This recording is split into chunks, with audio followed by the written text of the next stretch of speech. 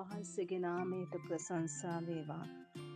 දෙවියන් වහන්සේගේ වචනේ උන්වහන්සේගේ ලියවිල්ල තුල පාවුල්තුමා මෙලෙස ප්‍රකාශ කරනවා.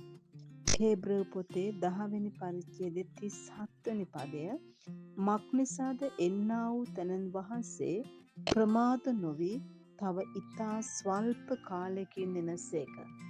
ප්‍රේමවන්ත සහෝදර සහෝදරියනි, අද දවසේදී මගේ සිතට නිතරම කතා කරන වචනයක් තමයි මේ වචනය. එය මා ඔබ සමග බෙදා ගන්නට සිතුවා. මක්නිසාද කාලේ ඉතාම ආසන්නයි. උන්වහන්සේ එන්නා වූ දවස් ඉතාම සමීපයි. ඒ නිසා උන්වහන්සේ කියනවා පාවුල්තුමා කියනවා මක්නිසාද එන්නා වූ තනන් වහන්සේ ප්‍රමාද නොවි තව ඉතා ස්වල්ප කාලෙකින් එනවා කියලා. ඉතින් මම ඔබෙන් අහනවා, ඔබ ඒ උදෙසා සූදානම්ද? උන්වහන්සේ තව ඉතා ස්වල්ප දවසකින් ස්වල්ප කාලයකින් මේ පොළවට එන්නේ ඔබවත් මාවත් රැගෙන යන්නටයි. ඒ නිසා ප්‍රේමවන්තේනි, උන්වහන්සේ සමග යන්නට ඔබ සූදානම්ද?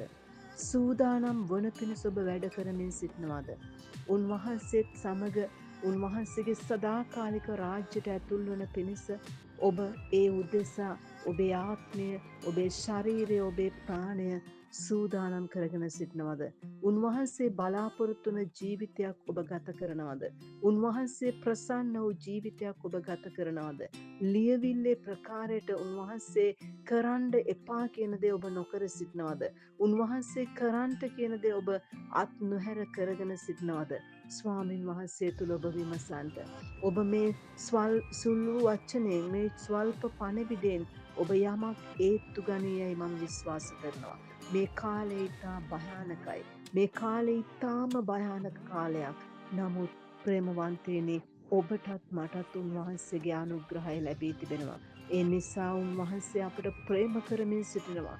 උන්වහන්සේම අපට දයාව දීගෙන සිටිනවා. උන්වහන්සේ අපට කරුණාව දීගෙන සිටිනවා.